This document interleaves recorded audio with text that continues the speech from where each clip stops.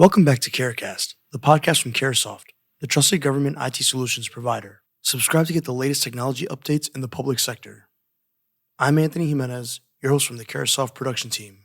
On behalf of Forescout, we would like to welcome you to today's podcast. You'll hear from Dr. Daniel Dos Santos, Forescout's VP of Vidir Labs, as he breaks down the latest threat intelligence on risky devices, OT protocol exploitation, AI-enabled attacks, and the blurring of lines between criminal, nation-state, and hacktivist actors. We'll hear from Sophie Walker, Forescout Certified Administrator and Demo Specialist at CareSoft, who will discuss Forescout's cyber threat intelligence platform and how it delivers real-time asset visibility, risk and exposure management, network security controls, and automated threat detection to secure federal IT networks. So I'll go over some of the research we've been doing to understand the cyber risk in terms of threats, risky devices. So that's the agenda for today, right? I'll go over the threat landscape overview. The data here is based on two reports that we published recently in January and March, looking at all of the kind of summarizing all of the threats we saw last year, and then looking ahead into the riskiest devices that we see this year in our customer networks. Before we dive into the actual data, I just want to do a very brief introduction of Vidir Labs, which is the research department or the threat intelligence department at Forescout, the department that I lead, where our role is basically to consume threat intelligence from external parties, but also generate our own unique proprietary threat intelligence and share that with customers, partners, and the community, and help everybody to kind of understand where the threat landscape is moving and help organizations to both proactively be prepared for threats that are coming, but also detect and mitigate threats that are already happening, right, via indicators of compromise, via reports, and things like that. And you can see some of the data there that we use as kind of sources for our threat intel, right? So, in a little bit more detail, we basically look at things like malware repositories, darknet, communications of attackers, so Telegram, underground forums, and so on, the ransomware leak sites, and what we call the adversary engagement environment, which is a set of specialized honeypots on operational technology, IoT, medical devices, unmanaged IT, and so on. And we kind of correlate all those signals and generate this intel that goes back to both our customers via Forescout products, Forescout platform, but also via to the community via the reports that we share publicly.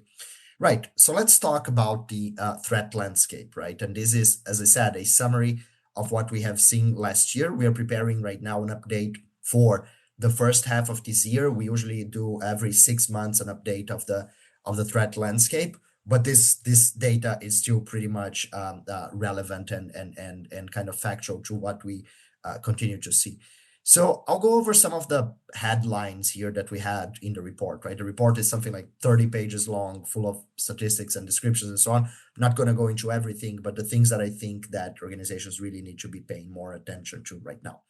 So the first point is that attacks are becoming more distributed. We used to see a lot of attacks coming from obviously the well-known countries such as Russia, China, Iran, and so on, but also coming from proxy networks based in countries such as the United States or the Netherlands, where I'm based, or other Western European nations that basically have a good internet infrastructure, good cloud providers, and so on. So basically, attackers would compromise those legitimate providers or would lease infrastructure from those legitimate providers to carry out their attacks and proxy their attacks. We're seeing attacks becoming more distributed, right? So that means they're coming from different locations. Only 60% of the attacks or 61% of the attacks last year came from the top 10 countries of origin. And in the past, that used to be 70, 80, even 90% really in the past, right? So there are more and more devices being compromised throughout the world and being used by attackers to build botnets and proxy systems that make detection, especially if it's based on origin, much harder. Second, to also compound this detection problem, cloud abuse is also increasing, right? So abuse of assets that are in IP space managed by ISPs or legitimate cloud providers. And here I can mention services like Telegram or Discord or even compute infrastructure like AWS and Microsoft and Google and so on. These cloud applications and providers are often their services are abused to distribute malware for command and control and so on. And last but not least, there we continue to see an increase or increasing numbers of attacks on web applications, right? Whether they are web applications by themselves, IT web applications, or the web management interfaces of unmanaged assets such as IoT operational technology and so on. If we go on some of the actual, details on the exploitation that we see, the vast majority of exploits these days are using or are targeting edge devices. So those devices that sit at the perimeter, firewalls, routers, VPNs, and so on. We have seen an increase looking at the past 4 years, not just last year, of over 500% on the number of attacks targeting those devices. Especially the past 2 years have seen an immense kind of growth in the number of 0 days and vulnerabilities that are being exploited very fast after discovery, and there is no time for organizations to really rely on patching those devices anymore. The second part of it is the IoT exploitation, right, where we see things like IP cameras and VRs and other types of exposed assets being often compromised as well, often because they are misconfigured and exposed online. And the last part is that we track exploited vulnerabilities in a list that is kind of complementary to CISA's non-exploited vulnerabilities CAV list. And we see both CISA's list growing and our list growing as well. And we do see a change there in that we, by design, we track more unmanaged devices and as I mentioned before, IoT, OT, things like that. And we do see that there is an increase in the number of those devices being exploited with specific vulnerabilities that are not captured in standard lists such as CISA CAV. It's not a surprise, I think, to anybody that critical infrastructure organizations or critical infrastructure sectors are the ones that are most targeted by threat actors, are the ones that have the highest number of incidents. This is again not something that we have seen changing last year. It has been like that for some time now, but the one thing that we see growing is attacks targeting specifically OT operational technology protocols. Right. Suffice it to say that there is a large increase, 84% increase in attacks using these OT protocols last year. And building automation protocols are now the second most common target.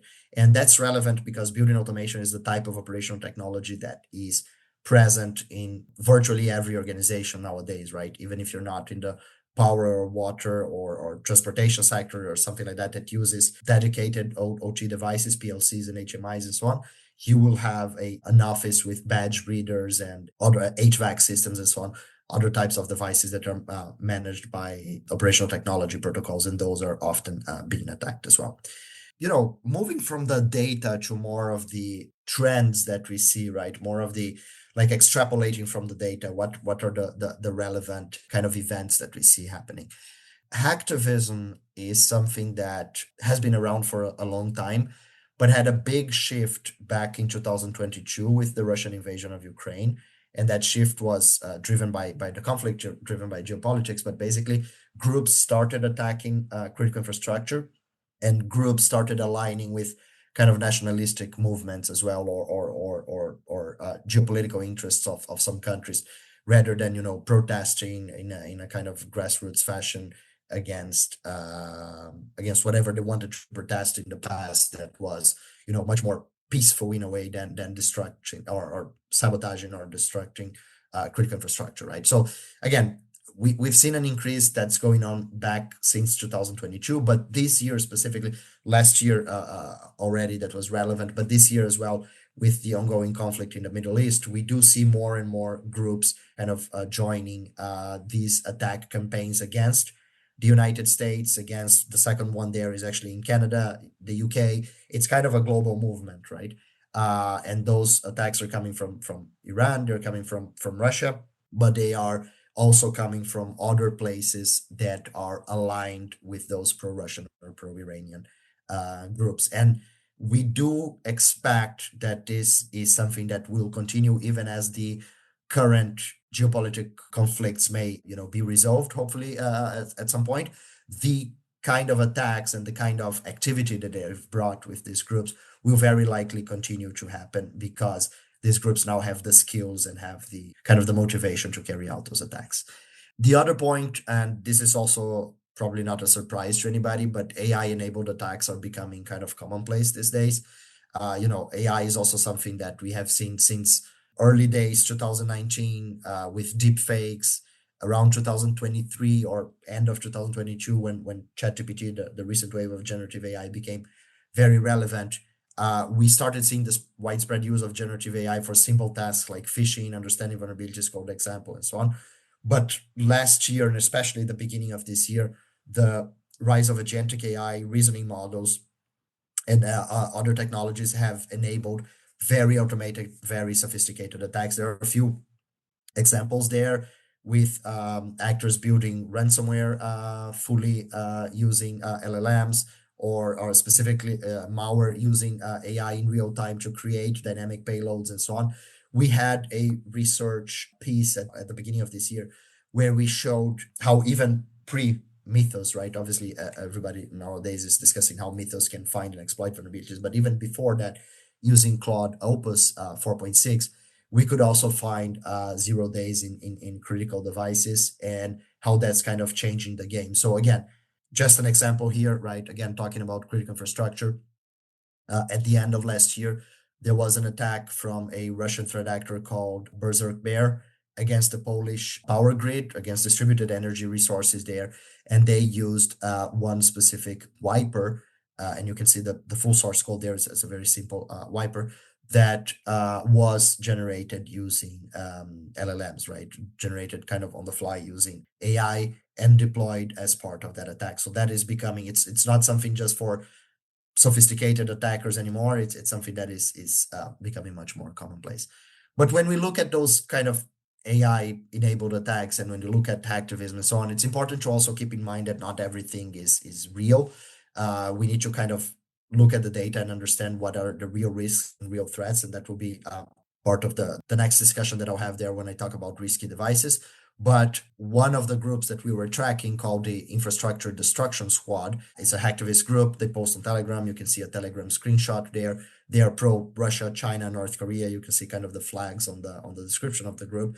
They claimed several attacks on OT and ICS, but interestingly, and you can see an excerpt of code they posted here.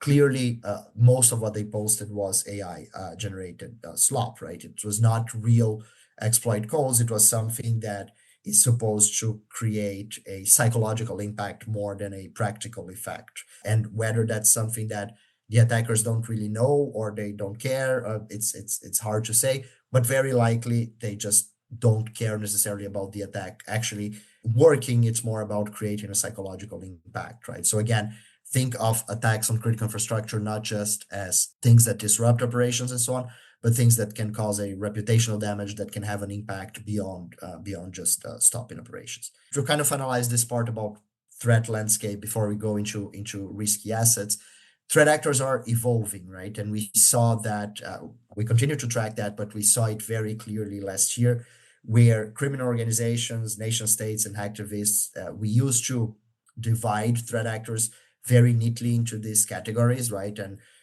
criminal organizations are after money, hacktivists are doing sabotage, nation state actors are doing espionage and so on, and things are not so clear cut anymore, and the lines are very much blurred.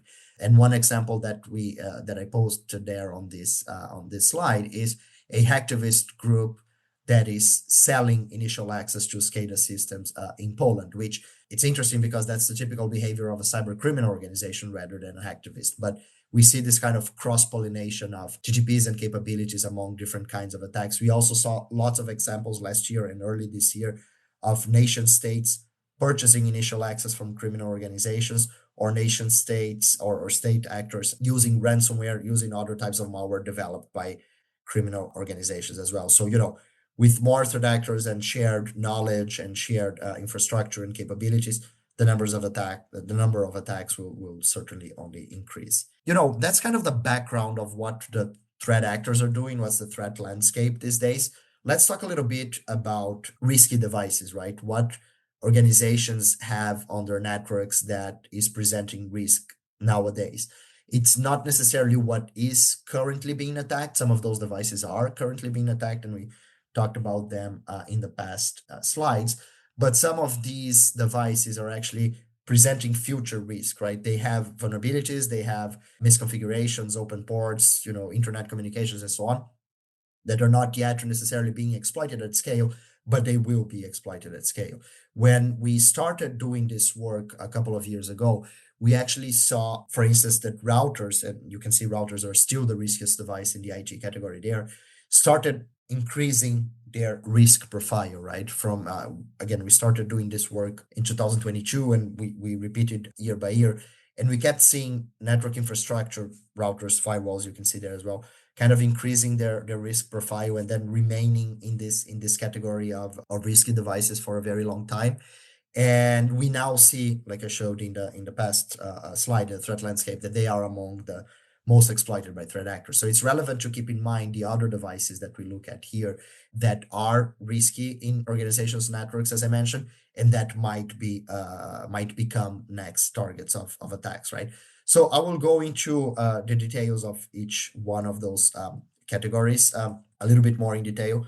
Obviously, again, I'll not drill down into everything. There is another report here about riskiest devices. Again, around 20 pages of details on each type of device and risk mitigation actions and things like that. So it's really relevant that you have a look at that. But I'll definitely talk about in general these categories, right? So on the IT side, we definitely see, again, network infrastructure at the top, at the edge and of the network.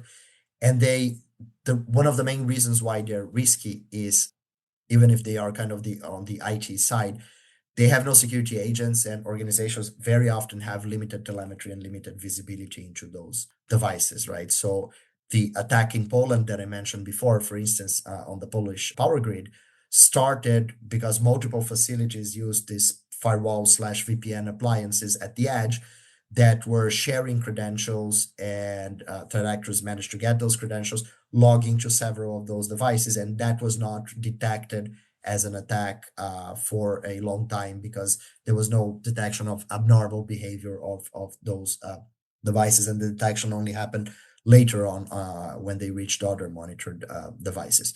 Serial IP converters are something that we went into more detail. We did a whole research recently into new vulnerabilities on those devices. So they sit at kind of the intersection between IT and OT.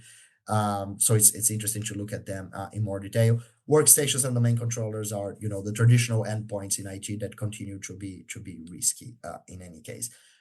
IoT devices, well, I'll go a little bit faster here, but basically, VoIP systems, NVRs, network video recorders, printers, all of those things have been kind of come and going in this list from time to time. They are often kind of forgotten in a way in organizations, right? That's their main risk, kind of the main reason behind their risky profiles in organizations, is that people come and install them once and forget that they ever have to upgrade a printer or a VoIP system or an NVR, and forget that sometimes they are remotely accessible, or because firewall exceptions are created once and then never removed later, and so on. So those devices are definitely you know risky because of their forgotten profile. On the OT device side, I want to kind of highlight again the nature of OT devices that are not just the PLCs or the HMIs or the RTUs or the things that are used in power, water, transportation, manufacturing, and so on, those OT heavy industries, but things that are used, for instance, in data centers or in building automation and so on.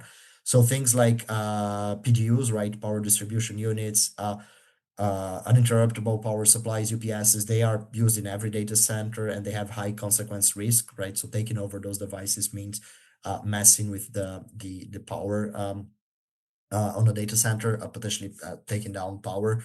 Things like physical access control, things like backnet routers that are used specifically for building automation are risky as well, because they are frequently configured with exposed management services. And interestingly, there are specifically physical access control systems, badge readers mainly. There is a long history of vulnerabilities on those devices being exploited by botnets. It's oftentimes they are misconfigured and exposed online, and there are botnets that are specialized into those devices. So if we talk about risk not per asset, let's say, but per industry, again, the kind of critical infrastructure industries continue to be among the kind of the riskiest, not just the most exploited, but the riskiest that we see.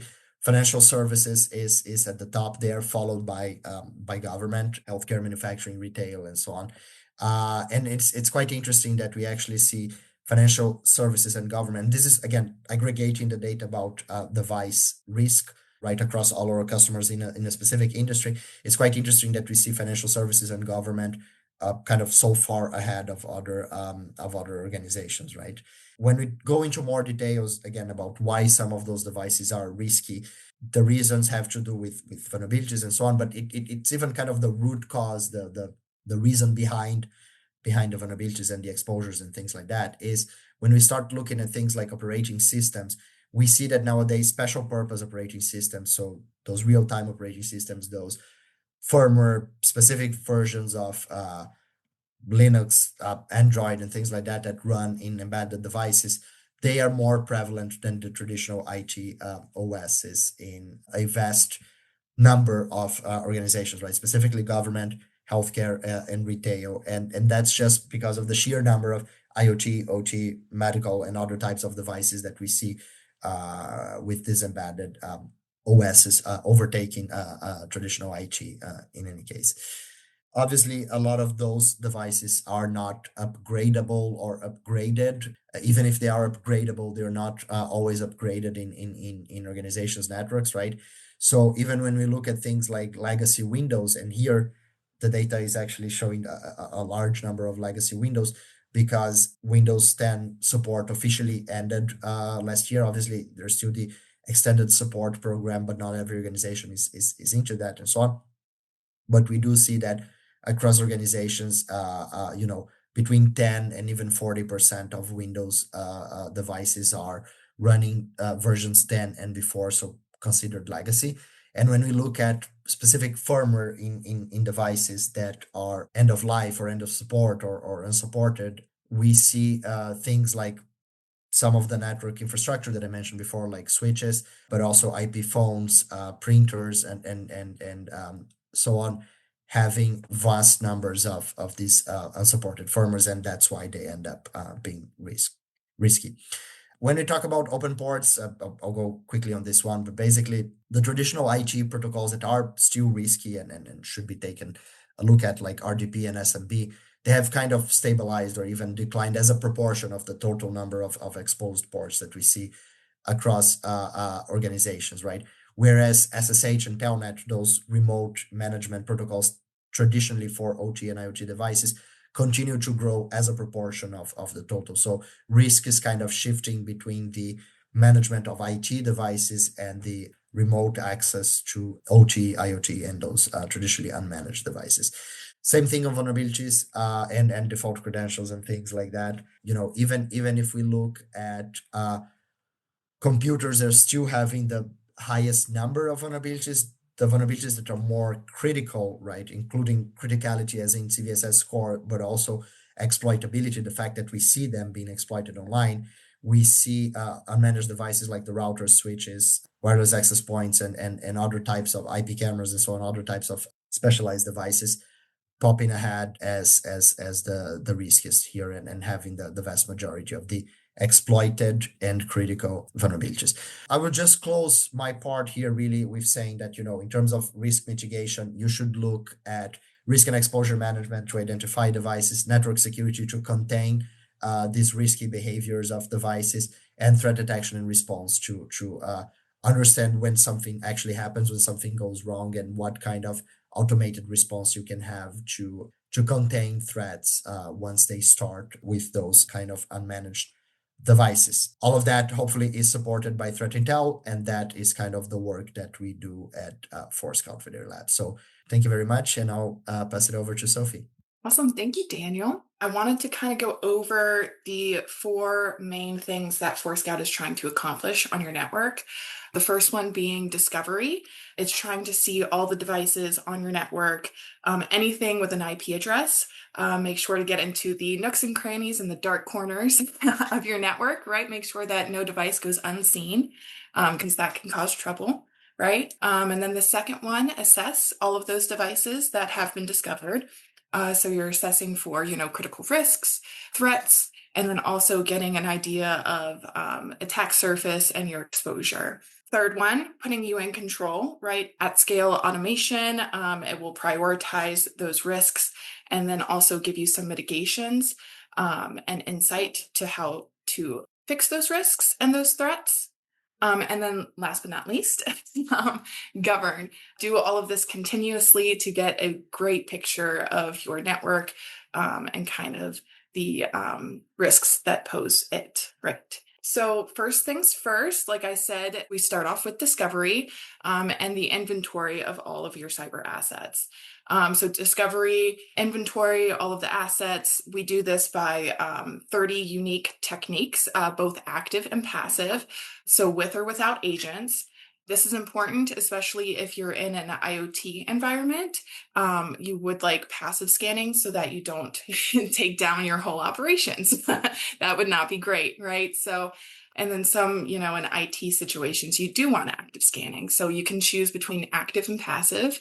It gains and collects a whole bunch of context and information so that you have more information and can make more informed decisions on governance policies. Thanks for listening, and thank you to our guests, Dr. Daniel Dos Santos and Sophie Walker. Don't forget to like, comment, and subscribe to Caracast, and be sure to listen to our other discussions. If you'd like more information on how Forescout can assist your organization, please visit www.carasoft.com or email us at forescout@carasoft.com. Have a great day.